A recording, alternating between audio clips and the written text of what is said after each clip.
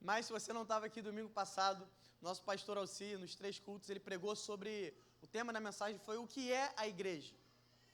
E ele falou muito sobre isso, né, sobre quem somos nós e o que a igreja representa, como nós fomos enxertados de novo, como nós fomos feitos igreja. E hoje, na verdade, durante essa semana, eu e o pastor Igor conversando, hoje à noite, hoje eu vou pregar de manhã, o Igor vai pregar à noite, então se quiser vir voltar, amém? Recebe 2 vezes. Mas a gente pensou, cara, vamos continuar falando sobre igreja. Na semana passada, o pastor Alci falou muito sobre o que é a igreja. E hoje a gente quer falar como a igreja vive, como a igreja se movimenta, o que a igreja faz, o que comem, como dormem, como vivem. Hoje no Globo Repórter. A gente vai falar um pouco porque eu tenho algo que me incomoda um pouco às vezes, é que às vezes a gente ensina sobre determinados assuntos, mas a gente não explica o porquê ou como nós fazemos isso. Por exemplo, você entra na igreja e as pessoas automaticamente falam que você tem que orar. Mas ninguém te ensina por que você deve orar, como você ora, ou as pessoas falam que você tem que ler a Bíblia, ou você tem que parar de pecar, por exemplo, mas não te ensinam por quê, não te ensinam como. E às vezes você aceitou Jesus, você se conectou, você está aqui, está frequentando a igreja, está sendo igreja com a gente, e você nem ao menos sabe o que significa isso. O que de fato é ser igreja? O que de fato é viver em igreja, viver na igreja, o que isso representa? Então, eu quero ler esse texto com você também, vou te trazer um pouco do contexto. Atos 2, versículo 42, quem achou diz amém?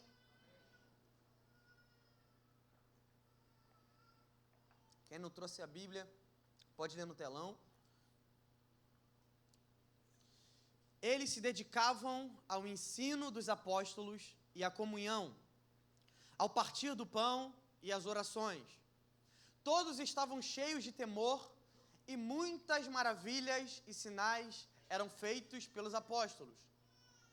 Os que criam mantinham-se unidos, tinham tudo em comum. Vendendo suas propriedades e bens, distribuíam-se a cada um conforme a sua necessidade. Todos os dias continuavam a reunir-se no pátio do templo, partiam o pão em casa e juntos participavam das refeições com alegria e sinceridade de coração, louvando a Deus e tendo a simpatia de todo o povo, e o Senhor lhes acrescentava diariamente os que iam sendo salvos. Quem pode dizer um amém por essa palavra? Só para te trazer um pouco do contexto, até a gente chegar, como a gente chegou aqui nesse texto. A Bíblia, quando a gente começa a ler, a gente vai perceber no Antigo Testamento que a família de Deus, os filhos de Deus, eram o povo de Israel, amém? O povo judeu era a família de Deus. Na verdade, eles continuam sendo os filhos de Deus, os escolhidos de Deus. E a gente vê por todo o Velho Testamento, o Senhor levantando homens e mulheres de Israel, homens e mulheres judeus daquele povo, Moisés, Abraão, Davi, todos esses homens para ser influência naquele povo. Mas a gente vê que a forma como Deus se relacionava com a terra, quando se falava sobre filhos, quando falava sobre família dele, era o povo de Deus, era o povo escolhido, o povo de Israel, amém? E a história vai continuando até a gente chegar no Novo Testamento, até a gente chegar no livro de Mateus, quando Jesus vem à terra. Jesus nasce, Jesus ali cumpre o seu ministério. Jesus fica 33 anos na terra, mas exatamente 3 anos de ministério, dos 30 aos 33, vivendo, fluindo, pregando, operando milagres, fazendo tudo aquilo que você acha que você já conhece. E Jesus, como nós sabemos também, Jesus morre, Jesus ressuscita, e aí a gente sai dos evangelhos e a gente entra no livro de Atos. E quando a gente começa a ler o livro de Atos, em Atos 1, a gente está se deparando com o início da igreja.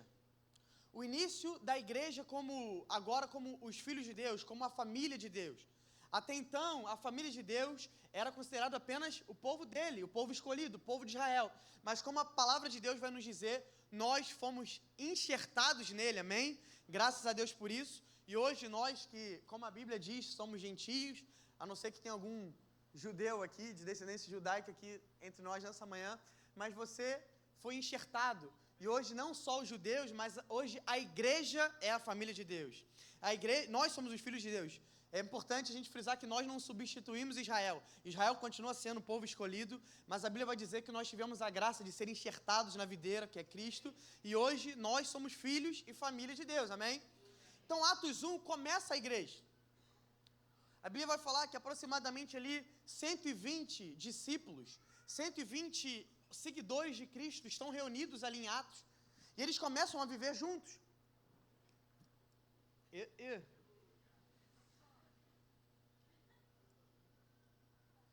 Essa manhã vai transbordar, amém? Ainda bem que eu estou de preto, né? Então eles começam ali a viver juntos ali em Atos 1. E Atos 2, um pouco antes disso que a gente começou a ler, a Bíblia vai falar que o Espírito Santo foi derramado. Atos 2, muitos conhecem, vai falar que estavam todos reunidos em um só lugar, unidos, e veio do céu um vento impetuoso ali, começou a distribuir línguas como de fogo, amém? E eles foram completamente cheios do Espírito Santo, falaram em outras línguas, muitos entenderam as maravilhas de Deus na sua própria língua. Então a gente vê a igreja nascendo, a igreja recebendo um batismo com o Espírito Santo, a igreja sendo revestida de poder, e aí então a gente chega aonde a gente acabou de ler. E o que a gente acabou de ler é como a igreja que começou e que foi cheia do Espírito Santo vivia. Como esses homens que eram cheios do Espírito Santo, como a igreja vivia, como a igreja se comportava, como eles se relacionavam.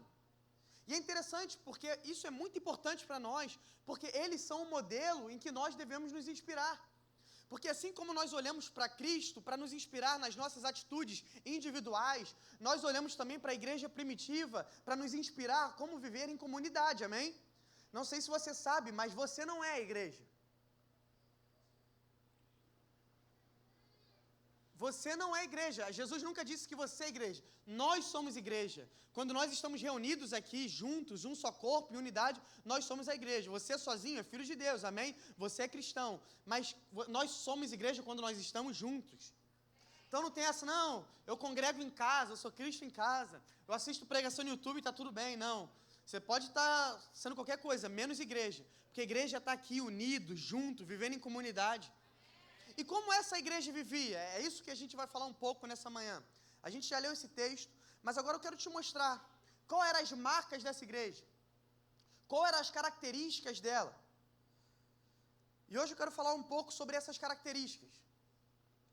A primeira característica que eu observo, se você quiser anotar, você pode no seu celular, no bloco de notas, porque isso é muito importante. A gente deve sempre voltar para o princípio das coisas, para a gente se alinhar, sabe? É sempre importante a gente voltar e olhar para como esses homens viviam. Infelizmente, anos depois, mais de 2000 anos depois, a gente está aqui, muitas coisas se perderam, muitas coisas se perdem mesmo. Mas é super importante a gente continuar voltando ao início das coisas, ao princípio das coisas, para continuar alinhando o nosso coração, amém? Então, enquanto eu estiver falando aqui, eu quero que você faça uma análise, não só da igreja, porque é muito fácil a gente também falar, não, a igreja brasileira não está sendo assim. Mas a gente tem que lembrar que nós somos a igreja, amém? Nós aqui representamos isso. Então, a gente tem que fazer uma autoanálise aqui. Será que nós estamos vivendo esse nível? Será que nós juntos aqui estamos vivendo essas realidades também? Então, a primeira característica que eu aprendo sobre a igreja primitiva e como eles viviam, é que a igreja era completamente compromissada com a palavra de Deus. A primeira marca daquela igreja é que eles eram uma igreja bíblica, era uma igreja centrada na palavra. Como a gente acabou de ler, a Bíblia vai falar que eles perseveravam na doutrina dos apóstolos. Ou seja, eles perseveravam no ensino. Eles perseveravam nas escrituras. E olha que nesse tempo era muito mais difícil do que é hoje. Porque naquele tempo eles não tinham a Bíblia que a gente tem hoje.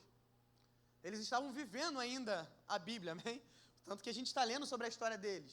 Então o que eles tinham era o Velho Testamento. O que eles tinham eram as histórias, as experiências que eles viveram com Jesus. Então eles tinham que se reunir para poder aprender, para poder ouvir sobre o que Pedro tinha a dizer sobre Jesus, para ouvir o que João tinha a dizer sobre Jesus. Hoje eu e você temos a Bíblia em casa.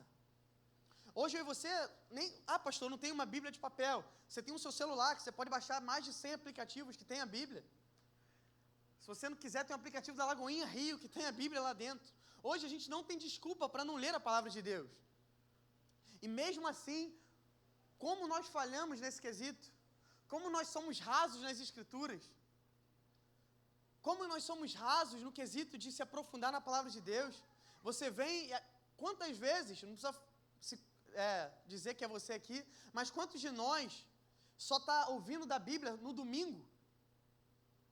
Na terça-feira, quando vem aqui, não pega a Bíblia em casa, não pega a palavra de Deus para estudar em casa. E sabe, a gente precisa ser completamente aprofundado e apaixonado pela palavra de Deus. Nós precisamos ser, a Bíblia precisa ser o nosso manual de vida. A Bíblia precisa ser o nosso manual de como nós vivemos, de como nós nos movimentamos. Tem muito cristão, homem e mulher de Deus, perdido aí, confuso, mas porque não está se aprofundando nas Escrituras, nas palavras sagradas, na sã doutrina. Porque essa palavra aqui contém tudo o que eu preciso para viver uma vida saudável. Essa palavra contém tudo que eu preciso para viver um casamento saudável. Essa palavra contém tudo que eu preciso para ser um pai saudável. Essa palavra tem tudo que eu preciso para ser saudável financeiramente. Em todas as áreas da sua vida, a Bíblia nos ensina, ela nos exorta, ela nos edifica. E a igreja era completamente aprofundada na palavra. E nós precisamos sempre voltar à palavra, porque infelizmente as profecias sobre o fim dos tempos é que a igreja se desviaria da sã doutrina. A igreja abandonaria essa palavra. A igreja abandonaria essas verdades para começar a viver as verdades que eles querem ouvir. Paulo vai falar que para Timóteo, tenha cuidado, pregue a palavra, porque vai chegar um tempo onde as pessoas vão querer procurar ouvir aquilo que elas querem ouvir, e não aquilo que a Bíblia está ensinando, não aquilo que a Bíblia está falando. Com isso, corações vão se esfriar, pessoas vão desanimar, pessoas vão se desviar. Então nós precisamos ser uma igreja bíblica. Nós precisamos ser uma igreja centrada na palavra. E graças a Deus que você está numa igreja que tem seminário, tem GC, onde você pode estudar a palavra, tem culto. Não tem porquê você estar perdido em relação a isso. Você tem a Bíblia na sua casa. Nós precisamos voltar à palavra de Deus.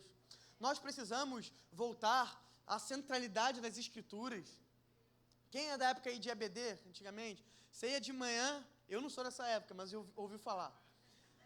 Você ia de manhã na EBD. Você voltava à noite para o culto, não é verdade? Você ouvia sobre a palavra de Deus. E hoje, cara, um culto, se o pastor está demorando mais de 40 minutos, pastor, é o jogo do Fluminense, é o jogo do Flamengo, está tendo um churrasco lá em casa, vamos embora. A gente precisa voltar a ser uma igreja apaixonada pela palavra de Deus, apaixonada por essas Escrituras. Eu não sei você, mas isso aqui é vida para mim. Toda manhã, quando eu abro essas palavras e eu ouço, eu leio, elas são como um bálsamo para o meu coração. Elas trazem cura para mim nas manhãs que eu acordo desanimado e eu leio essa palavra, eu sou completamente renovado. Só eu aqui, ou alguém também tem essa experiência. A gente precisa voltar para a palavra de Deus. Então, a primeira característica que nós aprendemos sobre essa igreja é que eles eram bíblicos, amém? Eles eram centrados na palavra. E qual era a segunda característica que nós aprendemos sobre eles?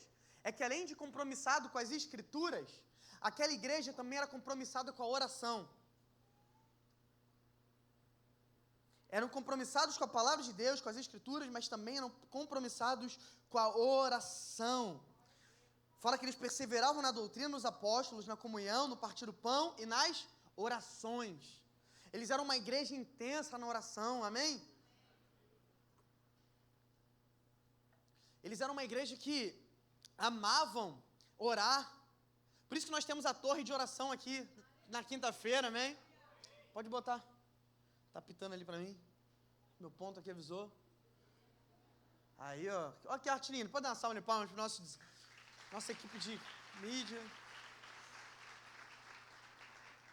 Nosso design acordou tarde hoje, chegou um pouquinho atrasado, mas chegou, amém? Te amo, Felipe. É brincadeira.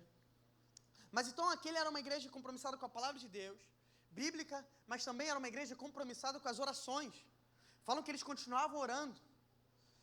Existe uma frase de um teólogo, vai ser chique agora, ó, Hans von Stender, que diz assim: quando agimos, colhemos os frutos do nosso trabalho, mas quando oramos, colhemos os frutos do trabalho de Deus. Uma salva de palmas junto com o irmão ali, ó. Charles Spurgeon vai falar também, ó, sempre que Deus deseja realizar algo, Ele convoca seu povo para orar. Sempre que Deus quer fazer algo na nação, em uma cidade, em algum lugar, Ele convoca um povo para orar. E o problema é que hoje a gente quer ser ativista em um monte de coisa, menos em oração. A gente quer ir para o Instagram, postar um monte de coisa, falando mal de Lula, falando mal de sei lá quem, falando mal de tudo, mas a gente ora pouco. Vai lá, enche a rede social, Twitter, faz de tudo, vai para passear. Tô falando que você não tem que fazer isso não, tá? Faz o que você quiser da sua vida. Mas a gente faz um monte de coisa, faz de tudo, menos orar. Qual foi a última vez que você ajoelhou e orou pela nação? Você orou pelo presidente do país? Por mais que você não goste dele, eu também não votei nele, mas por mais que você não goste, qual foi a última vez que você orou ele? Porque a palavra de Deus diz para a gente orar pelos nossos governantes. Não diz, ora pelo governante que você gosta, ora por Bolsonaro. Não, fala, ora pelo governo, porque toda autoridade na terra foi instituída por Deus. Você crendo ou não, presidente, vereador, toda autoridade na terra foi Deus que colocou, querendo ou não. Ele tem os propósitos dele, Deus tem os caminhos dele, e Ele está fazendo algo que a gente talvez ainda não tenha entendido, mas nosso dever não é criticar, não é ficar reclamando só. Você tem que fazer o seu papel de cidadão, pode criticar, pode reclamar, pode votar em quem você quiser, mas a gente precisa ser engajado em oração. Porque vamos falar a verdade, tudo bem, você não votou no presidente, você votou no outro. Se o presidente que você votou tivesse ganhado, podia estar melhor, mas não ia estar perfeito. Porque a gente vive num mundo caído, a gente vive numa sociedade corrompida. O que salva o mundo não é presidente de direita ou esquerda, o que salva o mundo é uma igreja avivada, uma igreja influente na oração, uma igreja centrada de joelhos.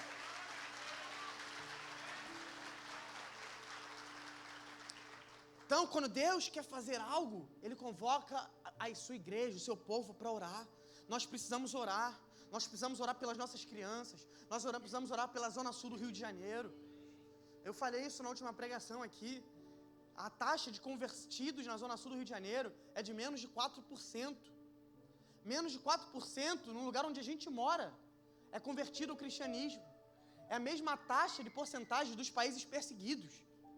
A zona sul do Rio de Janeiro tem a mesma taxa de convertidos de países onde o Islã domina, onde é proibido confessar a fé, e aqui não é proibido.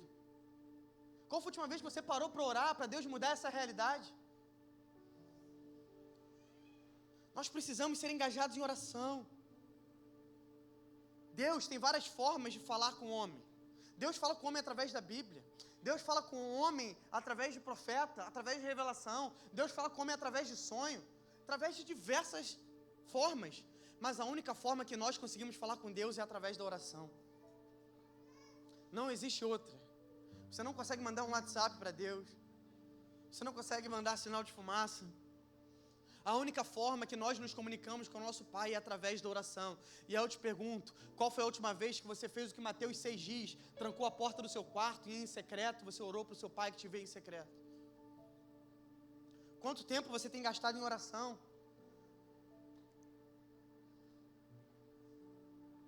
Quanto tempo você tem gastado falando com o seu Pai? A gente procura tantas pessoas para nos abrir. Acontece algo de ruim ou de bom na nossa vida, a gente liga para 1000 pessoas. A gente fala com todo mundo. Mas qual foi a última vez que quando você recebeu uma notícia boa, a primeira coisa que você fez foi se ajoelhar e orar para Deus, agradecendo a Ele? Ou quando aconteceu alguma coisa ruim, de vez de ligar para, como o pastor Felipe diz, Josilene, qual foi a última vez que você, quando chegou uma notícia ruim, de vez de chorar, reclamar com alguém, você não botou o joelho no chão e orou para o seu pai? Que afinal de contas é o único que pode resolver. Por mais que você deve ter amigos que te dê bons conselhos, o único que pode resolver o problema da nossa alma, da nossa vida, se chama Jesus, é o nosso Pai. Nós precisamos ter uma vida engajada na oração, uma igreja centrada, uma igreja saudável, uma igreja que ora, que é bíblica, mas é uma igreja que ora também, uma igreja avivada. Por isso nós cremos que a nossa torre de oração vai aumentar cada vez mais. Eu falo isso, eu creio que a gente vai ter turnos durante toda a quinta-feira. A gente só tem um, a gente vai ter pela quinta-feira, daqui a pouco a gente vai ter de segunda a sexta-feira o dia todo aqui gente orando. Porque a igreja precisa ser engajada em oração. A Bíblia vai dizer que eles eram constantes nisso. E você acha que é à toa tudo que eles viviam? Você acha que os milagres sobrenaturais que eles viviam? Você acha que o crescimento sobrenatural? Você acha que Pedro pregou e 5.000 pessoas se convertiam porque Pedro tinha uma boa oratória? Se você vê a pregação de Pedro, que 5.000 pessoas se converteram, Pedro só deu tapa na pregação. Hoje a gente está acostumado com mais pregações frufru. Se eu ouvisse a pregação de Pedro, ele só deu tapa. Ele só bateu. 5.000 pessoas se converteram, porque não tem nada a ver com a boa oratória de Pedro. A igreja era avivada, a igreja tinha oração. Deus faz através das orações do seu povo. Deus não faz através da oratória de um homem. Deus não faz através da influência de um homem. Deus opera na terra através da oração do seu povo.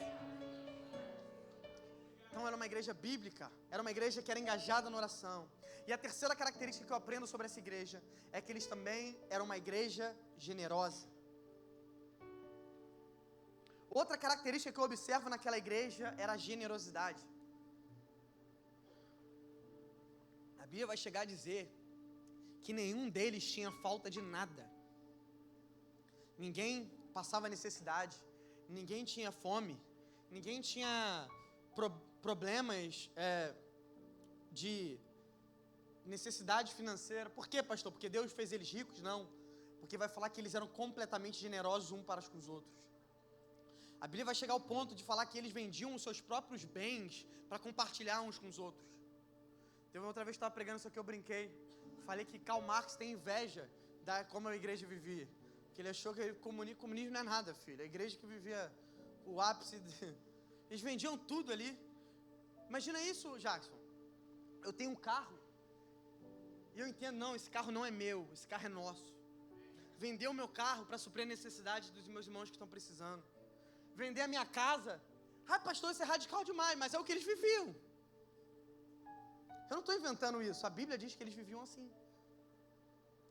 E aí, tá, beleza, não estou pedindo para você fazer isso aqui, tá? Amém? Eles faziam isso de forma espontânea, vendiam, não estou pedindo para ninguém vender nada. Mas quantas vezes, talvez não tenha um irmão nosso que não está vindo para o culto, porque não tem uma passagem para poder vir. Uma passagem de metrô, R$7. E a gente está vindo de carrão, gasolina cheia,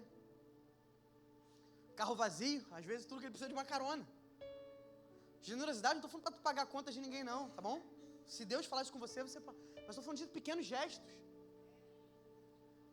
Aí às vezes, fulana está faltando demais, deve ter desviado. Você perguntou para ela?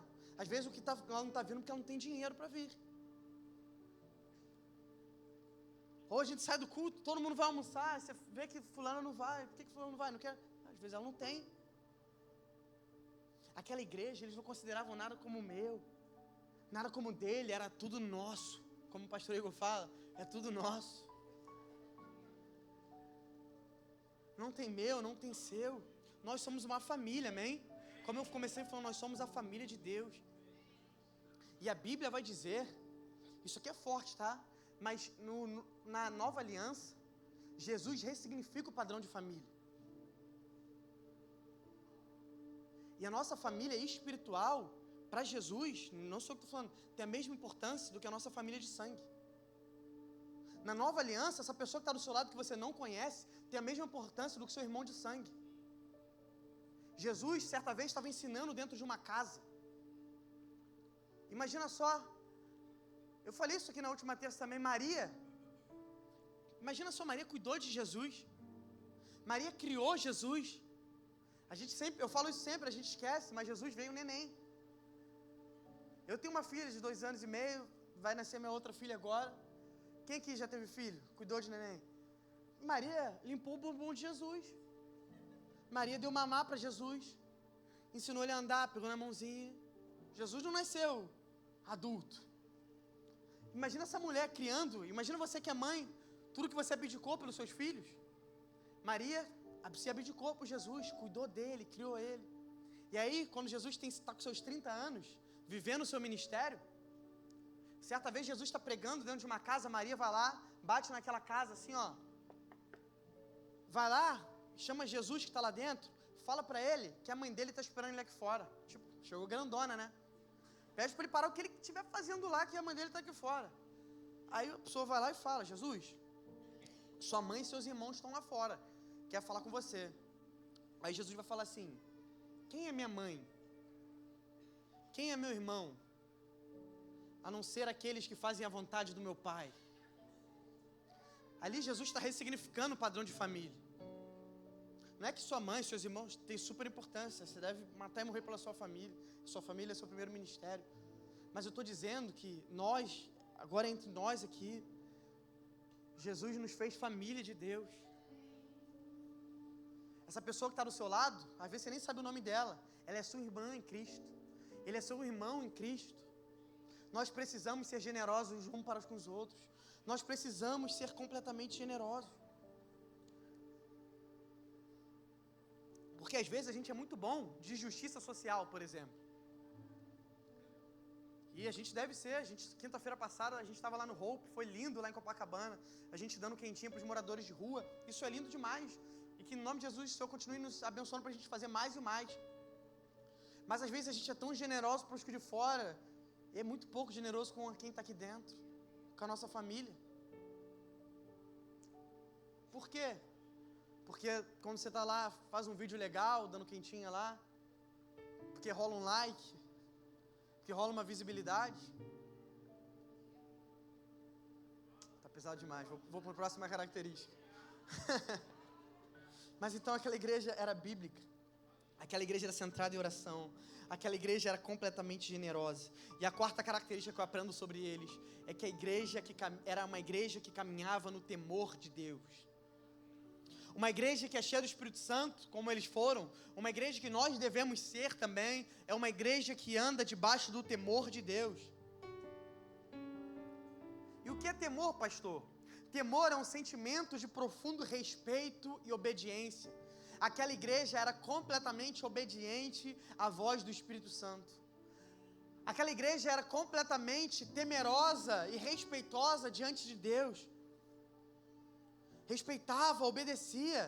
Olha que Atos 5, do versículo 2 ao 5 vai dizer, se puder botar aí na tela.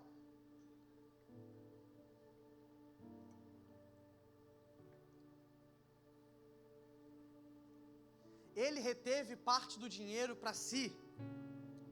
Sabendo disso, também sua mulher e o restante levou e colocou aos pés dos apóstolos. Então perguntou Pedro, Ananias, como você permitiu que Satanás enchesse o seu coração a ponto de você mentir ao Espírito Santo e guardar para você uma parte do dinheiro que recebeu pela propriedade? Ela não pertencia a você? E depois de vendida, o dinheiro não estava em seu poder? O que levou a pensar em fazer tal coisa? Você não mentiu aos homens, mas mentiu sim a Deus. Ouvindo isso, Ananias caiu morto. Grande temor apoderou-se de todos os que ouviram o que tinha acontecido. Sabe esse texto que a gente acabou de ler? Conta a história de um homem que vivia aquela igreja. Esse homem, Ananias, vendeu um terreno. E quando Ananias vende esse terreno, ele vai dar o dízimo do que ele vendeu, mas a Bíblia diz que Ananias mentiu o valor do dízimo. E de novo, aqui não tinha a ver com quantia, nem a ver com valor. Porque os próprios apóstolos vão falar, Ananias, o terreno era seu, você fazia o que você quisesse com o dinheiro. O problema foi o quê? Você quis mentir para o Espírito Santo de Deus. A Bíblia diz que o temor naquele lugar era tão grande, a presença de Deus lá era tão forte, que diante de uma mentira com o Espírito Santo, Ananias morreu. Pesado também, né? Mas esse era o temor que estava sobre a igreja. Esse era o nível de temor que estava sobre eles. E nós precisamos andar nesse temor também, onde nós não conseguimos pecar, onde nós não conseguimos mentir para o Espírito Santo, onde nós não conseguimos fazer a nossa vontade e só fazer a vontade de Deus. Aquela igreja vivia no temor de Deus, era completamente obediente. Você tem sido obediente aos princípios de Deus? Você tem sido obediente às direções que Deus tem dado para a sua vida? Andar no temor é andar obedecendo. Nós precisamos obedecer e respeitar completamente a pessoa do Espírito Santo. Eu não sei se você sabe, mas a partir do momento que você nasceu de novo, agora o Espírito Santo habita dentro de você. O mesmo Espírito que ressuscitou Jesus dos mortos, agora habita dentro de você. Então você não pode viver qualquer vida. O Espírito Santo dentro de você te levou a um lugar, um nível muito alto. Te levou a viver um nível de padrão de vida muito alto. Nós não podemos viver qualquer tipo de vida agora. Por quê, pastor? Porque o Espírito Santo habita em mim. Eu não posso continuar com as mesmas práticas. Eu não posso continuar com os mesmos pecados. Eu não posso continuar com as mesmas mentiras, com as mesmas desobediências. Ele habita em mim. Aqueles homens eram temerosos. Aqueles homens não conseguiam dar um passo sequer para a direita, se não fosse o Espírito Santo que estivesse orientando. Quantos de nós hoje não estamos abrindo portas, abrindo empresas, se mudando, fazendo coisas, sem ao menos ouvir a opinião de Deus para a nossa vida? A gente vai abrir uma empresa, a gente ouve a opinião do mercado, a gente vê a opinião da economia, a gente vê a opinião de um amigo que tem uma empresa similar, menos a opinião de Deus para a nossa vida. Porque se a opinião de Deus for para você abrir, independente do mercado, o mercado pode estar quebrado, as experiências podem ser ruins, mas se Deus está mandando, é certeza, você vai ser abundante, você vai ser próspero. Mas se o Senhor também não estiver mandando você ir, o mercado pode ser favorável, a empresa pode ser favorável, mas você vai quebrar. Por quê? Porque não é vontade de Deus para a sua vida. Sabe, o nível que essa igreja vivia era um nível de completo temor, de fazer somente aquilo que o Senhor está nos falando para fazer, de viver somente da forma como o Senhor está nos orientando a viver. Eles viviam esse padrão de vida. Quinta característica, a igreja primitiva, uma igreja saudável, uma igreja que se movimenta, também era uma igreja que andava no poder de Deus. Aquela igreja vivia o sobrenatural todos os dias. Aonde aquela igreja chegava, os enfermos eram curados. Aonde aquela igreja chegava, os doentes eram curados, os demônios eram expulsos, os cativos eram libertos. Será que a gente tem feito a diferença sobrenaturalmente falando? Será que o lugar onde a gente está pisando tem sido transformado pela glória de Deus? O lugar onde você está pisando, os enfermos têm sido curados lá? O lugar onde você está pisando, o mundo espiritual naquele lugar está te respeitando a sua autoridade ali? Os demônios estão se dobrando ao nome de Jesus? Porque essa era a forma que eles viviam. A Bíblia vai dizer que chegou a um ponto de Pedro andar e a sombra de Pedro curar enfermos. Olha isso. Pedro andava. As pessoas jogavam os enfermos na sombra dele e os enfermos eram curados. Eles viviam completamente o poder de Deus. Ai, pastor, mas isso aí é... Mas a Bíblia diz que eu e você temos autoridade para isso também. Pedro e João, uma vez indo para o templo, o que eles faziam diariamente, eles estavam entrando no templo, e um morador de rua, não sei, um paralítico, não sei se era morador de rua, se era paralítico, mas ele estava pedindo esmola. Pedro e João, então, entrando no templo, aquele paralítico pede uma esmola para eles. Imediatamente eles olham para aquele homem e falam: a gente não tem prata nem ouro, mas o que a gente tem a gente dá, levanta e anda. E aquele homem foi completamente curado. E sabe qual é a boa notícia? Que eu e você também temos autoridade para viver a mesma coisa. Jesus diz: vocês farão obras maiores do que as minhas. Quando Jesus está dizendo isso, Ele está afirmando que a igreja viveria obras maiores do que as dele. Imagina só fazer obras maiores do que a de Jesus. Pedro andou, a sombra de Pedro curou. Você não vê nenhum texto na palavra de Deus que a sombra de Jesus curou alguém. Não estou dizendo que ele não podia. Ele faz o que ele quiser. Mas quando ele está falando, vocês farão obras maiores, ele está dando uma certeza. Eu e você temos autoridade e poder para fazer obras maiores que de Jesus. Aquele câncer que está tentando roubar a paz dentro da sua casa, você tem autoridade para falar: câncer, seca e morre no nome de Jesus. Aquela doença que está tentando parar a sua família, você tem autoridade para falar: sai em nome de Jesus. Aquele demônio que tem tentado roubar a paz da sua família, você tem autoridade: seja expulso em nome de Jesus. O mesmo Espírito que ressuscitou Jesus dos mortos está dentro de você. Você tem autoridade para fluir no sobrenatural de Deus. Não é pastor que tem essa autoridade, não é apóstolo que tem essa autoridade, não é presbítero, não é líder, é todo filho de Deus tem autoridade para curar enfermos, expulsar demônios, andar no sobrenatural.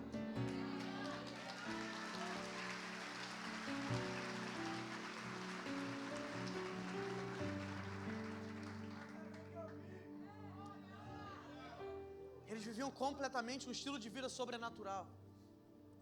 E a última característica que eu aprendo sobre eles, que para mim talvez seja mais importante, é que aquela igreja andava em completa unidade. Eles eram unidos, eles viviam unidade. É a última marca que eu e você encontramos naquela igreja, e talvez seja a mais poderosa delas, porque viver unidade é algo muito poderoso. Tão poderoso que, se a gente parar para reparar, é uma das áreas que Satanás mais tenta nos atacar, não é verdade? Quantos de nós não trocamos de igreja porque não estávamos nos sentindo bem, unidos no lugar onde a gente estava? Quantos de nós já não tivemos vontade de sair da igreja porque a gente não estava se sentindo acolhido, unido? Quantos de vocês talvez estejam me ouvindo hoje e não está feliz, ou talvez esteja machucado por uma experiência ruim que você não teve com Deus, com Jesus, mas você teve com a igreja? Hoje, se você parar para conversar procura algum desviado que vai falar: eu me desviei porque Deus não é poderoso. Eu me desviei porque tudo que eu acreditava era uma mentira para mim. Talvez você encontre, mas é raríssimo. A maioria que você encontra é que você fala: porque dentro da igreja só tem hipócrita, dentro da igreja só tem gente falsa, dentro da igreja só tem mentiroso. Eu não estou defendendo essas pessoas não, tá? Porque a gente tem que estar aqui olhando para o lugar certo, que é Jesus. Não estou falando que essas pessoas estão certas, isso não é desculpa para sair da igreja, mas nós devemos fazer a nossa parte. Nós devemos viver em unidade, nós devemos viver em comunhão. O que mais Satanás tenta fazer é dividir o corpo de Cristo, com opiniões diferentes, opiniões políticas diferentes. Na eleição, quantas pessoas foram embora da igreja também por causa disso? Quantas pessoas param de falar, brigam por divergência teológica, porque um é calvinista, o outro é arminiano. Pelo amor de Deus. Briga porque um é pós-tribulacionista, o outro é pré-tribulacionista. Aí para de falar. Irmão, é o que Paulo vai falar.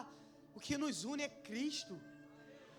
Tudo bem, um pode ser crente na predestinação, o outro não. Um pode acreditar em dom de línguas, o outro não.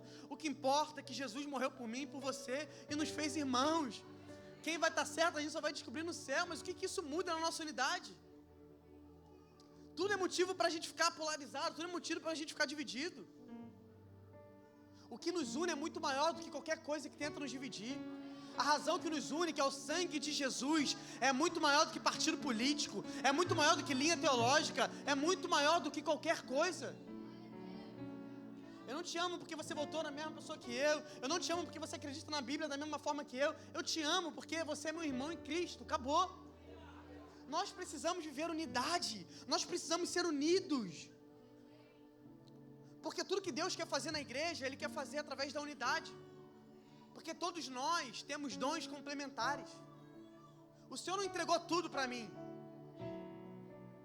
Eu, pastor Alci, pastora Gabi, pastor Igor, nós não temos todos os dons. Deus me deu um dom. Deus deu um dom para o pastor Igor, Deus deu um dom para os pastores Alci e Gabi, e Deus deu um dom específico para você. Por isso que Ele vai falar que nós somos um só corpo, Cristo é a cabeça e nós somos os membros. Um é mão, o outro é o braço, o outro é perna, outro é o joelho, outro é o cotovelo. Cada um tem a sua importância no corpo. E cada um tem a sua singularidade. Deixa eu te falar uma coisa. Nós precisamos do que você carrega. E você precisa do que o irmão que está do seu lado carrega. Por mais novo na igreja que ele seja, por menor que ele seja na sua cabeça, ele carrega algo específico de Deus. Ele carrega um dom específico de Deus. E todos nós precisamos um dos outros, porque isso é ser a igreja. Por isso que ele vai falar que chamou um para pastor, outro para mestre, outro para apóstolo, um para evangelista, uns para governar, outros para administrar. Cada um recebeu um dom de Deus. Por isso é um só corpo, mas vários membros. Uma mão não pode fazer nada se a perna não levar ela até aquele lugar. Eu posso ali querer pegar a minha chave que está ali, minha mão pode estar dura para pegar, mas se a minha perna não se movimentar até lá, eu não consigo. Então nós precisamos viver um com os outros, porque o dom que Deus deu para a minha vida complementa com o dom que Ele deu para a sua vida, para a sua vida, para a sua vida. Isso é ser igreja. Por isso que eu comecei falando, você não é a igreja, nós somos a igreja. A nossa vida, os nossos dons, os nossos talentos só fazem sentido quando nós estamos juntos. Só fazem sentido quando nós estamos vivendo em unidade. Nós precisamos ter amor fraternal uns para com os outros. E sabe, ser unido não é concordar com tudo. Ser unido não é aplaudir tudo. Essa é a diferença de unidade para unanimidade. Unanimidade é pensar igual, achar igual, querer tudo igual. Deus não chama a gente para viver unanimidade. Deus chama a gente para viver a unidade. É se respeitar independente das diferenças. É se respeitar indiferente dos pensamentos diferentes. Existe uma história que eu amo na Bíblia. Por que eu amo essa história? Porque ela traz muita humanidade dos homens de Deus. Porque a gente tende a olhar para Paulo, para Pedro e falar, cara, esses homens viviam um nível que eu não consigo viver. Isso aí eles eram semideus. Eu sou só o João de Copacabana. Mas tem uma história em que Paulo briga com Barnabé. Eu amo essa história. É Paulo brigando com Barnabé, mas eu gosto porque mostra a humanidade deles. Eles discutiram, eles não concordaram com o assunto. E a Bíblia vai falar que Paulo foi para um lado, Barnabé foi para o outro ali, continuaram servindo a igreja, continuaram vivendo a igreja. Lá na frente, eles fizeram as pazes de novo. Lá na frente, eles olharam um no rosto do outro e falaram, cara, perdão aí pelo que eu falei que você não gostou. Porque é isso, é ser gente. Essa é a vida real. Isso é ser gente, amém? A gente não vai concordar com tudo sempre, às vezes a gente pode brigar, mas é aquilo, a gente sempre tem que voltar para aquilo que nos une, que é Cristo. Aquilo que nos une, que é o sangue de Jesus. Então aquela igreja era completamente unida. E quais eram os frutos disso?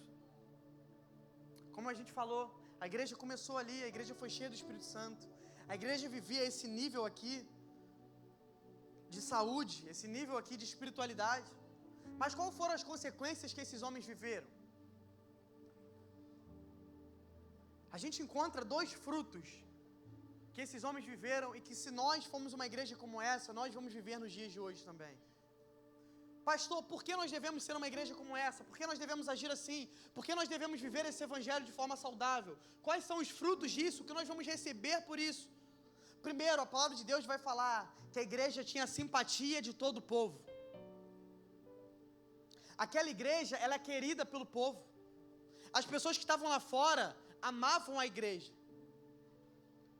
Atos 5,13 vai dizer assim, mas dos restantes, ninguém ousava juntar-se a eles, porém, o povo tinha grande admiração por eles. O que a palavra de Deus está dizendo? Que até aqueles que não tinham coragem de ser igreja, porque nesse contexto aqui eles estavam vivendo perseguição, amém? Alguns estavam morrendo, alguns estavam sendo presos, e aí ele fala, por mais aqueles que não tinham coragem de ser igreja, amavam a igreja, respeitavam a igreja. Por quê? Porque eles olhavam para a igreja e viam um lugar de amor. Eles olhavam para a igreja e viam um lugar de unidade. Eles olhavam para a igreja e viam um lugar saudável. Mas hoje, infelizmente, quantos de nós não estamos sendo odiados pelas pessoas que estão lá fora? Quantas vezes a igreja não está sendo odiada pelas pessoas que estão lá fora? Porque existe sim um nível de perseguição que a igreja de Cristo vai encontrar, assim como esses homens encontraram. Mas por que eles eram perseguidos? Eles não eram perseguidos porque eles eram intolerantes. Eles não eram perseguidos porque eles eram preconceituosos. Eles não eram perseguidos porque eles eram rudes, não. Eles eram perseguidos por estar pregando o evangelho de Jesus. Somente isso. Muitas vezes a gente está falando, não, a gente está sendo perseguido, tem que ser perseguido mesmo. Mas às vezes, muitas vezes, a gente está sendo perseguido mais porque a gente está sendo mala do que pelo evangelho de Cristo de verdade. As pessoas estão nos perseguindo porque a gente está sendo intolerante. As pessoas estão nos perseguindo porque nós não estamos sendo bons cristãos, porque nós não estamos amando. A igreja não foi chamada para condenar ninguém. A igreja foi chamada para amar, condenar o pecado, mas amar o pecador. Eu não odeio o pecador que está lá fora. Na verdade, eu tenho muita compaixão por ele, eu amo ele. E meu sonho, e eu estou gastando minha vida para ele estar sentado nessa cadeira que está vazia aí no próximo culto. Mas eu odeio completamente o que ele faz, porque está roubando a vida dele, porque está roubando. Mas essa é a diferença. Às vezes a gente se engana e a gente passa a não odiar o pecado, mas começar a odiar os pecadores. E a gente começa a ser intolerante, a gente começa a ser preconceituoso muitas vezes. E de vez a gente estar sendo conhecido como um lugar de amor, um lugar onde as pessoas se sentem abraçadas, a gente na verdade está expelindo. Teve uma vez que o pastor Renan, ainda em Cabo Frio, ele pregou algo que, quando a gente começou a Lagoinha, muitas pessoas falavam, na Lagoinha pode tudo. Na Lagoinha pode entrar homossexual. Na Lagoinha pode entrar adúltero. Na Lagoinha pode entrar drogado. E aí, o pastor Renan pregando naquele dia, ele falou assim, na Lagoinha não pode tudo, mas pode todo mundo. Amém? Aqui na nossa igreja não é que pode tudo, mas a gente aceita todo mundo.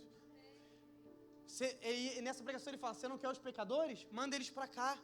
Mas não é para continuar do jeito que está, é para ser renovado pela palavra, é para ser restaurado. A gente não está recebendo as pessoas aqui para continuar do mesmo jeito, a gente recebe e elas estão ouvindo a mensagem de Jesus. Eles estão ouvindo a mensagem de Cristo, que não é uma mensagem que afaga o ego, mas que exorta, que edifica, que corrige. E graças a Deus por isso que a Bíblia vai falar que o pai corrige o filho que ama. Mas nós devemos ser uma igreja que amamos essas pessoas. Por quê? Porque é através do amor que nós levamos para lá fora, que essas pessoas um dia vão estar aqui também. Jesus diz que eles vão reconhecer a igreja como discípulos de Cristo quando eles olharem para nós e encontrar amor. Mas sabe o que eu amo nessa passagem? É que não está falando somente de um amor com eles. Está falando que quando eles olharem para aqui para dentro e ver a gente amando uns aos outros aqui dentro, eles vão desejar fazer parte daqui também. Mas o problema é que às vezes as pessoas estão olhando aqui para dentro e estão vendo divisão, estão vendo problemas, estão vendo falsidade, estão vendo competição. Quantas vezes a gente vê competição dentro da igreja? Por título, por cargo. Espera aí, irmão. Nós somos um só. Não importa se um é líder, outro não, se um é pastor, outro não, se um está com o microfone, outro não. Todos nós temos a mesma importância no corpo de Cristo. Todos nós somos filhos de Deus.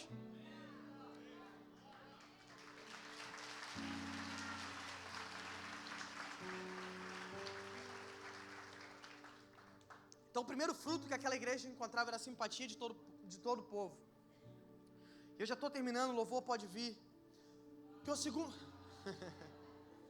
Vou ficar até 1h da tarde aqui, hein?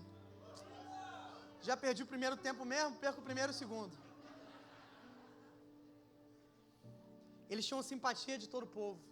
E por ter a simpatia de todo o povo, eles viviam o segundo fruto, que era uma colheita sobrenatural. Olha que Atos 2,47 vai falar. Enquanto isso, o Senhor lhes acrescentava dia a dia os que iam sendo salvos. A Bíblia diz que Pedro pregou a primeira vez, 3.000 pessoas se converteram. Pedro pregou a segunda vez, 5.000 pessoas se converteram. 8.000 pessoas em 2 pregações. Estudiosos vão dizer que aproximadamente em 2-3 anos, o número de convertidos em Jerusalém batia 15.000 pessoas. Só que se a gente parar para analisar o contexto dessa época, A população ali de Jerusalém era aproximadamente de 25 mil a 30 mil pessoas. Ou seja, praticamente metade daquelas pessoas se converteram a Jesus. Eu creio, eu desejo que a gente viva esse sobrenatural aqui também, amém? Eu creio que não vai ter prédio na Zona Sul para a gente fazer culto, que a gente vai ter que fazer na praia, de tanta gente que vai aceitar Jesus. Eu creio nisso. Mas quando nós vamos viver isso de fato, quando os pecadores olharem para cá e ver um lugar de unidade, um lugar de amor, um lugar onde a graça transborda, um lugar onde a compaixão transborda. A igreja não foi, como eu falei, não foi chamada para condenar. Nós fomos chamados para amar. Nós fomos chamados para andar em compaixão, em misericórdia. A Bíblia diz que a justiça é de Deus. É Ele que vai fazer justiça no dia final. O nosso papel é pregar o evangelho a toda criatura e amar aos pecadores. A justiça vem de Deus. Você não foi chamado para ser justiceiro. Não, pastor, vamos sair em defesa da igreja. Vamos fazer protesto. Vamos orar para Deus mudar a situação. Aí a gente viu lá aquela bizarrice lá que teve agora nas Olimpíadas aí. Também eu fico indignado igual você, irmão. Também fico revoltado, vontade de matar um. Mas fico só na vontade. É isso é ter o fruto do Espírito, amém? Pode vir à vontade, mas opa, eu sou espiritual, eu me seguro. Eu fico revoltado também. E você pode postar, mas mais do que um post, o que vai resolver é a oração. O que vai resolver é a gente se posicionar. Eles falam, se levantou lá para mostrar a Santa Ceia, então começa a falar, já que está falando de Santa Ceia, deixa eu te falar o que foi a verdade da Santa Ceia. Santa Ceia significa um Deus que se fez homem, que desceu na terra, não tendo pecado, veio, viveu a minha vida, morreu a minha morte. E quando ele estava fazendo aquela ceia ali, ele estava com o corpo dele, que foi transpassado por mim. Quando ele estava tomando aquele vinho, ele estava falando sobre o sangue dele, que foi derramado por mim. Sabia que não foi derramado só por mim, foi por você também. Aproveita a oportunidade. Amém? Porque nós fomos chamados para viver uma plena unidade, viver um amor. Assim como Pedro e João ali entrando naquele templo. Quantas pessoas entraram naquele templo e sequer olharam no olho daquele paralítico? A igreja foi chamada para isso. No meio da sua rotina, no meio dos seus afazeres, está indo fazer algo. Para no meio do caminho.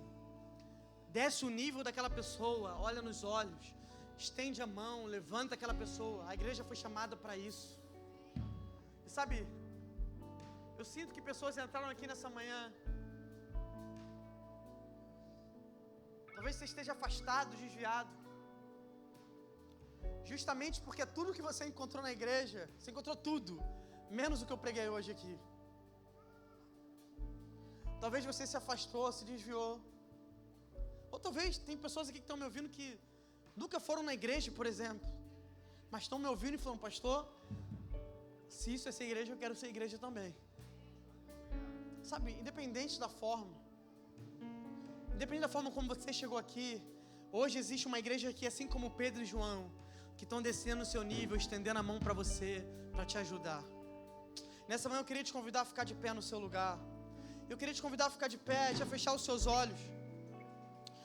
Essa é a manhã de cura para muitas pessoas aqui. Eu sinto isso muito forte no meu coração. Muitas pessoas vão ser curadas nas emoções. Muitas pessoas vão ser curadas na alma. Muitas pessoas que foram machucadas, têm traumas.